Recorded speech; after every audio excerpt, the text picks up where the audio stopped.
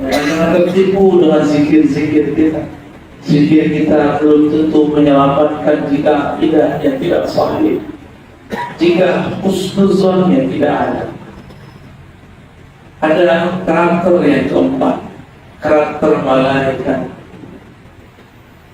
Malaikat itu Nabi kabarkan ketika Nabi ditanya, wahai Rasulullah, zikir apakah yang afdal? Nabi menjawab dengan berbagai redaksi. Ini redaksi yang paling menarik. Qulu subhanallah wa bihamdi.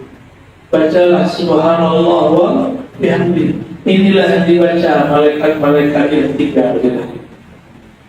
Maka siapa saja yang berzikir, dia sedang menghidupkan karakter malaikat. Tapi hati-hati, malaikat itu tidak makan, tidak minum, tidak kawin. Kalau terlalu banyak mengasuh, mengambil nutrisi malaikat, nanti lupa sama istri, lupa sama anak, lupa makan, lupa kerja. Itulah yang terjadi pada orang yang jos zikir. Kalau tadi jos tasbih, jos bayar, kalau ini jos zikir, ya zikir. Ini yang terjadi pada orang thariqat yang kemudian dia lupa kepada istrinya, lupa kepada dirinya. Dia asik cuma dengan makanan rohaninya, makanan malaikatnya, zikir, zikir, zikir, zikir. Paham maksudnya? Ini versi Imam Ghazali. Ada versi yang lain, versi Nur Muhammad. Di dalam diri manusia ada sisi nur. Nur ini yang akan menyatukan semuanya, yang akan membuat yang tadi menjadi insan yang kawin, insan yang proporsional. Dia tahu kapan saat zikir, kapan saat dakwah, kapan saat tasbih, kapan saat bayar, kapan jaulah, kapan khuruj, kapan dukhul. Dukhul ada dukhul yang sudah menikah. Baik, Bapak saudara yang makan Allah, Nabi sallallahu alaihi wasallam yazkurullah ala kulli ahyan. Setiap saat beliau ingat kepada Allah Subhanahu wa ta'ala. Dengan apakah beliau ingat? Aisyah tidak mengatakan Nabi setiap saat baca nama Allah, tapi qalbunya senantiasa merasa dipandang oleh Allah Subhanahu wa ta'ala. Ruhnya selalu merasa memandang Allah Subhanahu wa ta'ala. Disebutkan dalam hadis qudsi, Allah mengatakan, ana ma'ahu idza dzakar. Jika hambaku sebut-sebutlah, ingat-ingat aku selalu bersamanya. Sebenarnya Allah selalu bersama kita. Kita yang tidak sadar bahwa Dia bersama kita. Maka kapankah orang disebut berzikir jika dia sadar Allah bersama dia? Itulah zikir yang tinggi. Ini yang disebut zikir ma'iyah, zikir kebersamaan bersama Allah Subhanahu wa ta'ala. Apa makna ayat fazkuruni azkurkum? Ingatlah aku ingat engkau. Apakah kita lebih dahulu ingat Allah lalu Allah ingat kita? Betapa tidak sopannya hamba yang baru dicipta merasa lebih dahulu mengingat Allah yang mencipta. Allah itu qadim, lebih awal. Dia telah menetapkan dia ingat kita atau tidak. Sekali Allah ingat kita, dia ingat kita selama-lamanya. Tapi jika sekali kita ingat Allah, mungkin kita lupa lagi selama-lamanya. Itulah perbedaannya. Maka kapan saat Allah ingat kita? Saat kita mengingatnya. Maka sebutlah nama Allah. Sebenarnya sebelum kita sebut namanya, Dia telah menyebut-nyebut nama kita.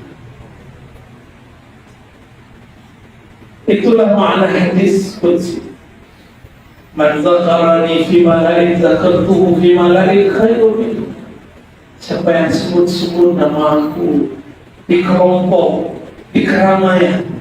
Aku akan sebut dia di keramaian yang lebih baik dari mereka, yaitu keramaian malaikat, atau keramaian aulia, atau keramaian syuhada, atau keramaian para anbiya. Dalam hadis tidak sebutkan itu para malaikat.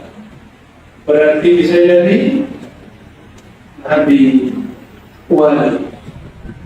Ada zikir tapi tidak menyebut, namanya zikrul mahabbah, zikir cinta. Zikir cinta dimulai dari kenal. Man arafa nafsahu faqad arafa rabbahu. Bukan hadis tapi perkataan Yahya bin Mu'adz ar-Razi. Siapa yang kenal dirinya, kenal Allah. Berkata Imam Ibnu Qudamah, man arafa qalbahu arafa rabbahu. Siapa yang kenal kalbunya, dia akan kenal yang membolak-balik kalbunya. Seberapa jauh kita kenal kalbu, sejauh itulah kita kenal yang membolak-balik kalbu. Kalbu kita berubah-ubah setiap saat, benar? Hari ini soleh, pulang-pulang buka handphone belum tentu lagi soleh. Jujur saja kepada Allah. Oh, kita ini makhluk yang paling munafik. Lain di depan, lain di luar. Di depan kita tunjukkan semua kesalehan, karena manusia melihat kesalehan. Tapi ketika kita berdua hanya dengan Allah, kita tidak malu kepada Allah SWT. Ini yang dikatakan Al-Hasan Al-Basri. Apa kata beliau? Orang munafik itu merasa tidak munafik, tapi orang mukmin merasa dirinya setiap hari munafik, karena dia merasa matanya tidak selamat setiap saat, telinganya tidak selamat setiap saat, tangan kakinya kemaluannya, hasratnya tidak selamat setiap saat. Kita berperang dengan diri sendiri lebih berat daripada berperang dengan syaitan. Syaitan itu cuma provokator. Dia lemah, kata-katanya lembut, tapi sangat berhikmat. Semuanya kalah dalam dirinya, bukan dalam syaitan. Maka jika kita kalah, jangan salahkan syaitan. Ikutilah baginda Nabi Adam. Ketika dia terusir dari surga, dia katakan, Rabbana zalamna anfusana. Ya Allah, yang salah bukan iblis, yang salah Adam. Jika terjadi perpecahan, jika terjadi kerusakan, jangan katakan si fulan, Anda telah menjadi pewaris iblis. Yang berpecah itu iblis. Yang suka menghasut itu iblis. Yang suka menyalah-nyalahkan itu iblis. Ini namanya karakter iblis. Iblis yang pertama merasakan kami yang lebih berhak. Iblis yang pertama mengatakan ada khairun minhu, kami lebih baik. Iblis yang pertama hasad kepada Adam. Iblis yang pertama merasa dirinya lebih baik daripada Adam. Maka kita dulu begini, mohon maaf jika saya lebih tinggi duduknya, bukan berarti saya lebih mulia dari antum semua. Allah yang lebih tahu isi kalbu kita semua. Sahabat-sahabat yang mulakan Allah, Nabi SAW mengatakan, wadidtu, aku rindu an ara ikhwani, untuk melihat saudara-saudara. Apa kata para sahabat? Ya Rasulullah, alasna ikhwan, bukankah kami ini adalah saudaramu wahai Rasulullah? Apa kata baginda Rasul sallallahu alaihi wasallam? Antum ashabi, kalian sahabatku. Ikhwani man amana bi wa lam yarani. Sahabatku adalah orang yang tidak pernah bertemu aku, tapi dia percaya kepadaku. Semoga kita termasuk daftar ikhwan Rasulullah SAW. Lalu Nabi mengatakan, ana faratuhum alal haud. Nanti aku lebih dulu menunggu mereka di telaga al-haud. Aku nanti akan berikan setiap sahabat-sahabatku dan saudara-saudaraku satu gelas. Aku berikan minum kepada mereka yang kelelahan di padang mahsyar. Betapa indahnya hidup, betapa mulianya Rasulullah Sayyidul Alamin menghidangkan air paling segar di alam semesta, telaga al-haud. Wa man syaribahu lam yazma abadan. Siapa yang meminumnya tidak akan pernah kehausan lagi sampai nanti. Lalu untuk apa ahli surga minum khamar di surga, minum laban di surga, susu? Untuk apa mereka minum madu di surga, mineral di surga? Itu hanya hobi. Mereka sudah kenyang, sudah puas dengan telaga al-haud baginda Nabi Muhammad SAW. Para sahabat bertanya, wahai Rasulullah, bagaimana cara engkau mengenal kalau itu ikhwanmu kan engkau tidak pernah bertemu? Sahabat masih berpikir Nabi ini manusia biasa. Apa kata Nabi SAW? Aku mengenal mereka dari ghurran muhajjalin. Dalam riwayat yang lain dikatakan, wahai sahabatku, jika engkau punya hewan onta, jika engkau punya kendaraan kuda, manakah cara engkau mengetahui bahwa kuda ini kudamu bukan kuda sahabat? Mereka mengatakan, kami mengetahuinya karena ada satu bekas putih atau bulu putih di bagian kepala atau di bagian tertentu di badannya. Maka Nabi mengatakan, wahai sahabatku, nanti aku akan mengenal ikhwanku karena di wajahnya ada asar wudu, ada bekas berwudu. Maka saya mengimbau semuanya, mari hidupkan dawamul wudu, dawamkan wudu, senantiasa berwudu. Jika bekerja di kantor, kita pakai sepatu, sebelum pakai sepatu wudu. Nanti jika batal berwudu, nanti sepatu cukup diusap, jangan diguyur.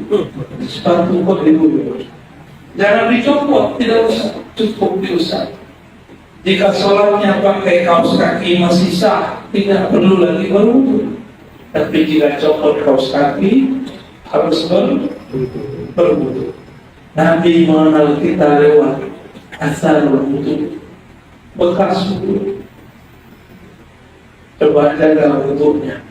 Wudu itu ada akar kata dia, doa, artinya silam. Maka Nabi dari jauh melihat itu umatku, di wajahnya ada cahaya wudu. Orang jika berwudu, kata Nabi, yakhruj dzunub, maka keluarlah semua dosanya dari satu tetes air yang mengalir di tubuhnya. Apa maksudnya? Orang berwudu itu adalah orang yang taubat. Makanya pada wudu kita berdoa, Allahumma ja'alni minat tawabin.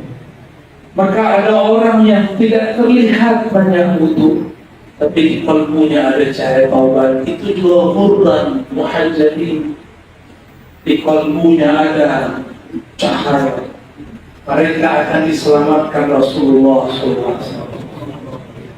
Jika kita datang dengan pemimpin alam semesta, beranikah malaikat hisab menghisab kita? Jika kita datang dengan zat yang zat itu dicintai oleh pemilik alam semesta, beranikah malaikat mizan menimbang untuk menimbang kita? Jika kita masuk alam kubur bertemu mungkar nakir, tapi kita punya stempel Saya ini ikhwan Rasulullah. Bernikah mungkin membentak kita. Jika dibentak dia akan dimarahi Rasulullah SAW. Tidak usah jauh-jauh yang sudah pernah urus ke luar negeri, disambut oleh pemimpin negeri atau orang yang bertua di satu negeri, kita tidak perlu lewat imigrasi, benar kan? Langsung jalur khusus, itu baru di dunia. Jika kenal tuan di sana, sayyid di sana, syekh di sana, pemimpin di sana, maka kita masuk tanpa hisab, tanpa azab, tanpa ditaruh di imigrasi, tanpa dituduh sebagai korupsi, apalagi sebagai teroris. Ya, saya sampaikan kepada teman-teman para pemimpin negeri, jemaah tabligh jauh dari teroris. Mereka mengharamkan ahbabnya untuk bicara politik, benar. Mengharamkan ahbabnya bicara ikhtilaf, siasat. Maka barakallahu fikum, siasat antum ternyata sangat halus. Siasat meramaikan masjid, siasat juga tapi bukan siasat yang salah. Apa kata Nabi? Ana sayyidu waladi Adam yawmal qiyamah. Yang faham sir hadis ini, hadis Bukhari, akan faham kenapa kita perlu kenal Nabi, kenal orang yang kenal Nabi, kenal orang yang membawa ajaran Nabi. Akulah sayyid, akulah pemimpin, akulah raja manusia di akhir ketika di padang mahsyar. Maksudnya apa? Jika kalian punya salam kepadaku, aku selamatkan kalian. Jika kalian sudah berkirim rindu kepadaku, aku akan jemput kalian. Jika kalian ikuti sunnahku zahir dan batin, aku akan jamin kalian. Itu makna hadis. Nanti Rasulullah sendiri yang menjemput kita. Amin ya Rabbal alamin. Wassalatu wassalamu alaika ya Sayyidina ya Rasulullah. Mohon menjadikan kami yang hadir ini wahai baginda Rasul, orang yang kau jemput langsung tanpa hisab ya, tanpa azab, tanpa kami disiksa ya Allah, tanpa kami diperiksa ya Allah. Jadikan kami bersama bayang-bayang Nabi-Mu ya Allah. Jika kami tidak dapat memegang tangannya ya Allah, jadikan kami memegang tangan orang yang memegang tangannya ya Allah. Ya Allah, jika kami tidak dapat memandangnya di dunia, jadikan kami mendapat karamah, dapat kemuliaan memandangnya pada mahsyar sana. Ya Allah, isfa'alana bisyafa'atillah. Jadikan kami yang mendapatkan syafaat Sayyid Yaumul Qiyamah, penghulu kami di hari kiamat. Al-Fatihah.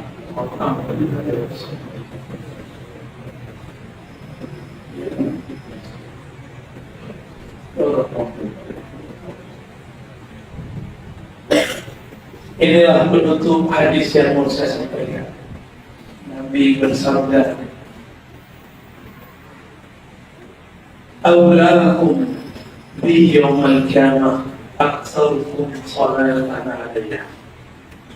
Orang yang paling aku utamakan nanti adalah orang yang banyak berkirim rindu. Aktsarukum shalatan. As-salah min as-silah. As-silah yani mengirim hubungan rindu, hubungan sayang, hubungan cinta. Maka saya ijazahkan yang hadir sholawatlah setiap hari 313. Katakan sallallahu ala sayyidina, sallallahu ala habibina, atau assalatu wassalamu alaika ya sayyidi ya Rasulullah. Salam atas engkau wahai baginda Rasul sallallahu alaihi wasallam. Baca 313. Insya Allah, jika kita tidak termasuk Pejuang akhir zaman, semoga kita dikumpulkan bersama mereka. Inilah jumlah para nabi, itulah jumlah ahlul badar, itu juga jumlah nanti yang membersamai Al-Imam Al-Mahdi. Jika kita bukan bagian mereka, semoga kita terhubung dengan 313. Amin ya Rabbal Alamin. Allah.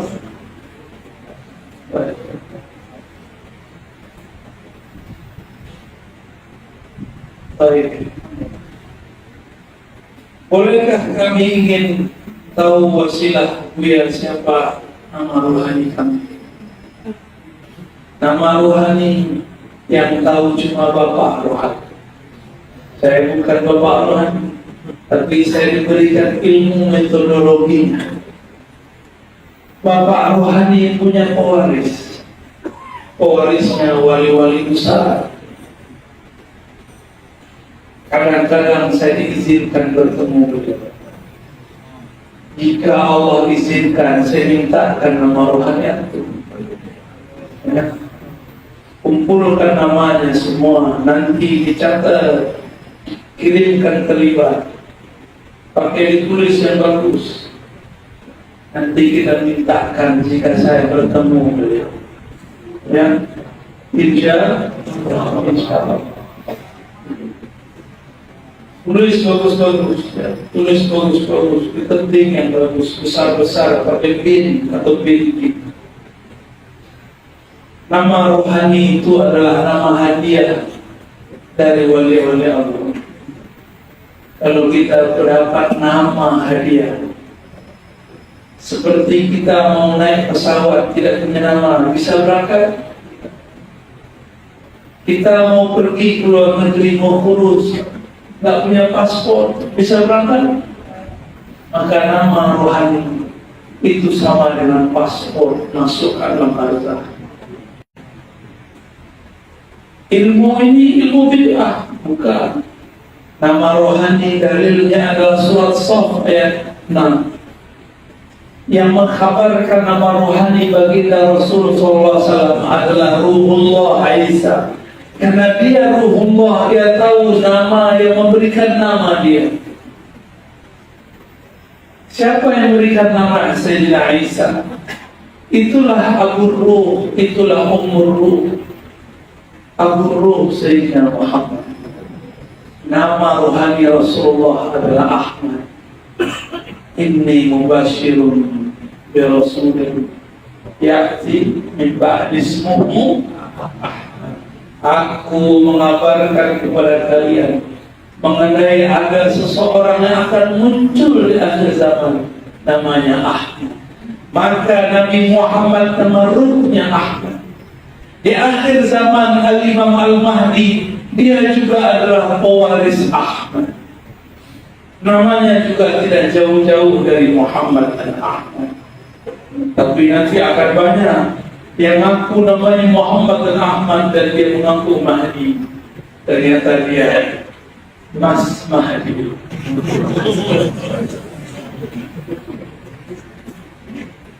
Nanti mungkin bisa lewat aku atau siapa saja. Ini akan banyak nanti. Saya diizinkan beliau dan mengatakan jika ada orang minta nama, kumpulkan saja. Jika Allah izin, saya akan tulis. Saya mau ngasih nama anak satu, pusing 1 jam.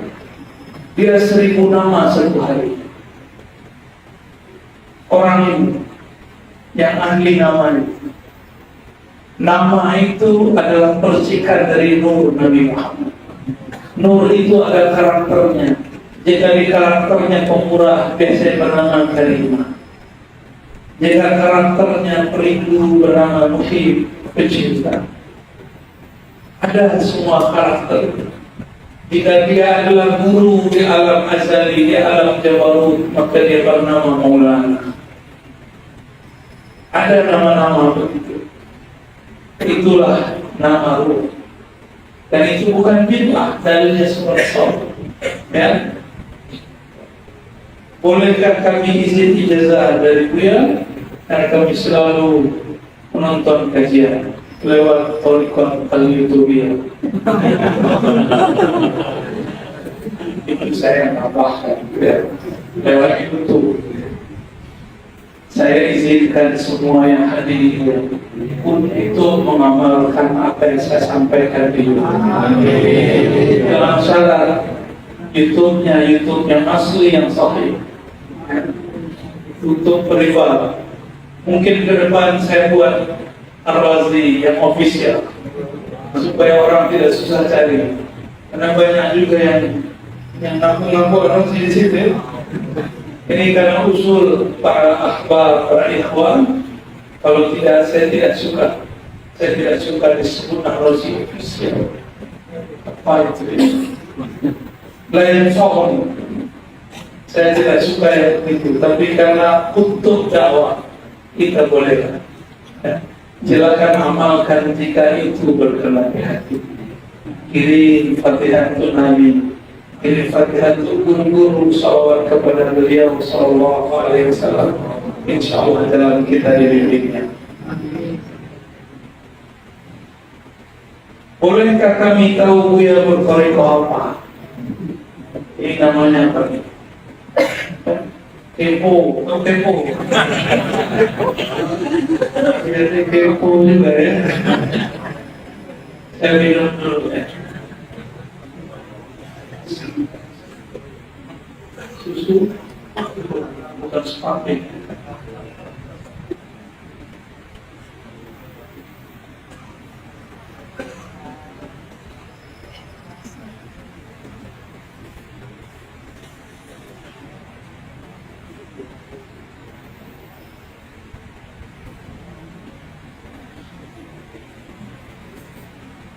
Saya di masa kecil belajar Tariqah Samaniyah Al-Qadiriyah Al-Khawariyah, 3 tariqah sekaligus dari seorang syekh namanya Abuya Al-Hasan Al-Basri.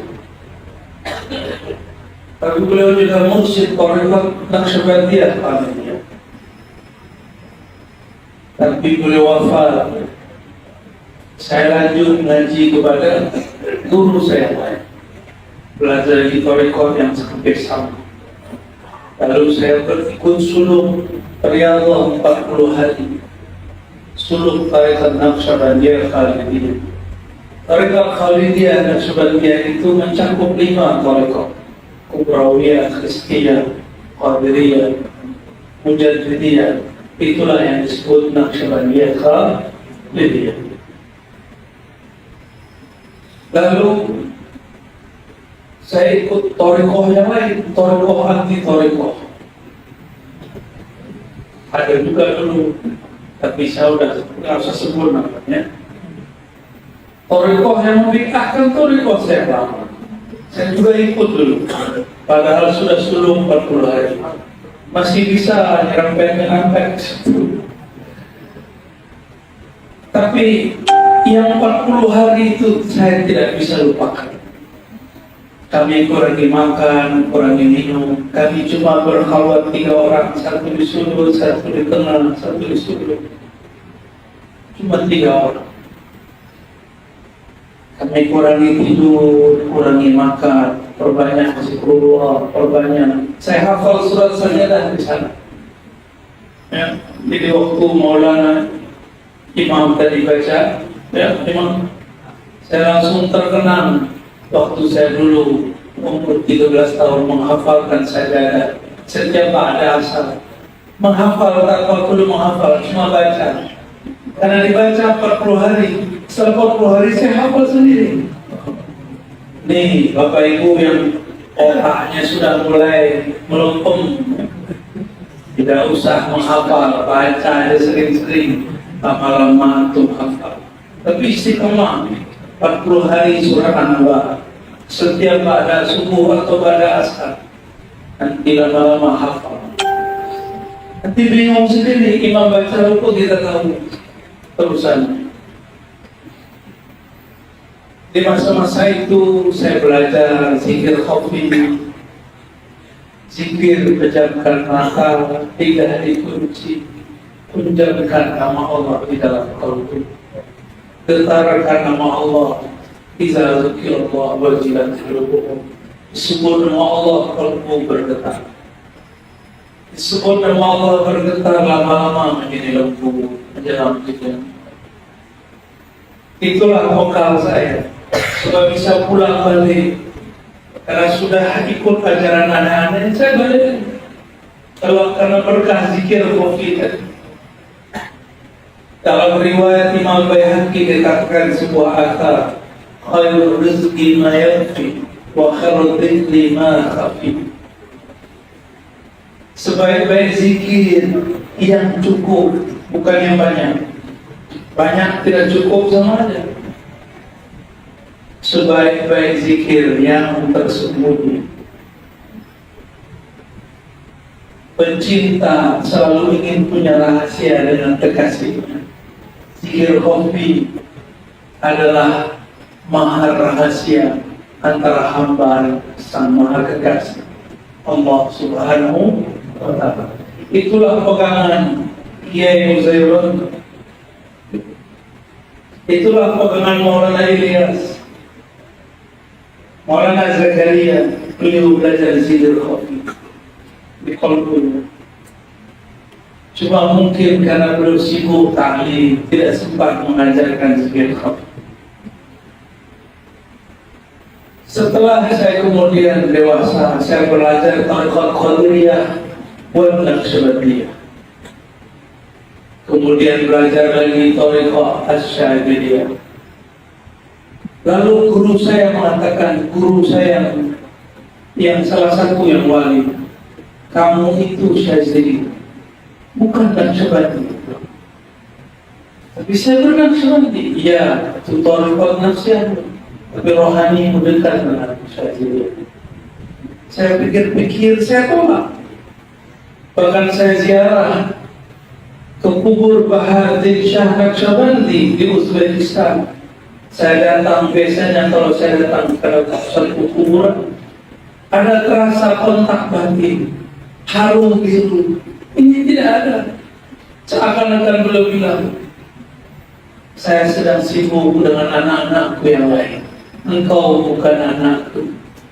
Disitulah mulai saya kemudian mempertanyakan, bagaimana nasib sanad thariqat yang diijazahkan guru kepada saya. Oh, ternyata saya dapat thariqat nafsiyahnya, bukan terdapat thariqat ma'rifah. Saya pikir-pikir lama, ternyata umur 10 tahun saya sudah ngaji hikam.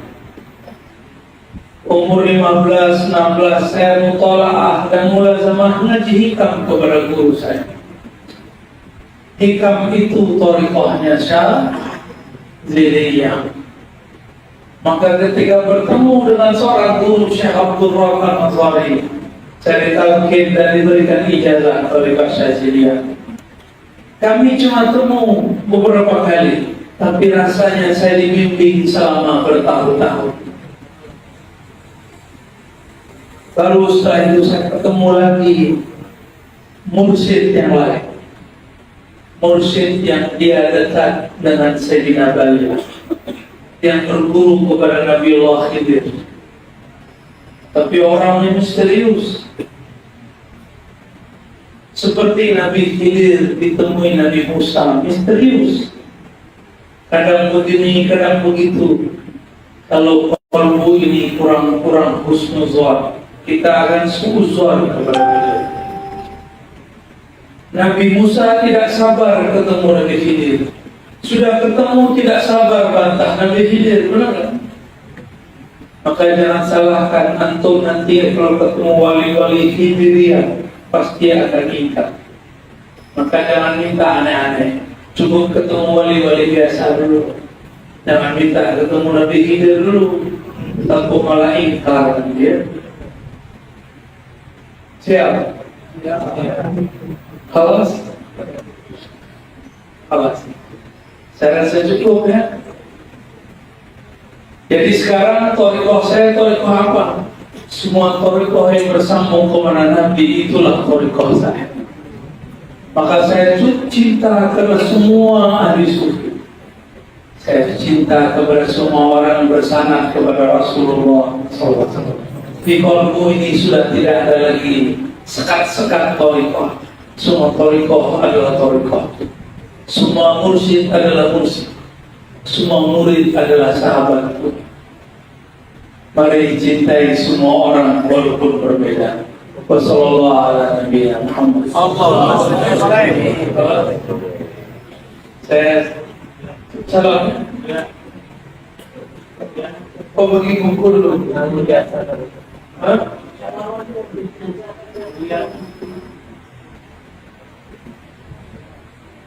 Nanti ditulis mana? Sallallahu ala habibina Muhammad. Itu yang baca. Ada terjawab? Udah ada terjawab. Afwan. Sallallahu ala habibina. Ini saya mau kasih siapa?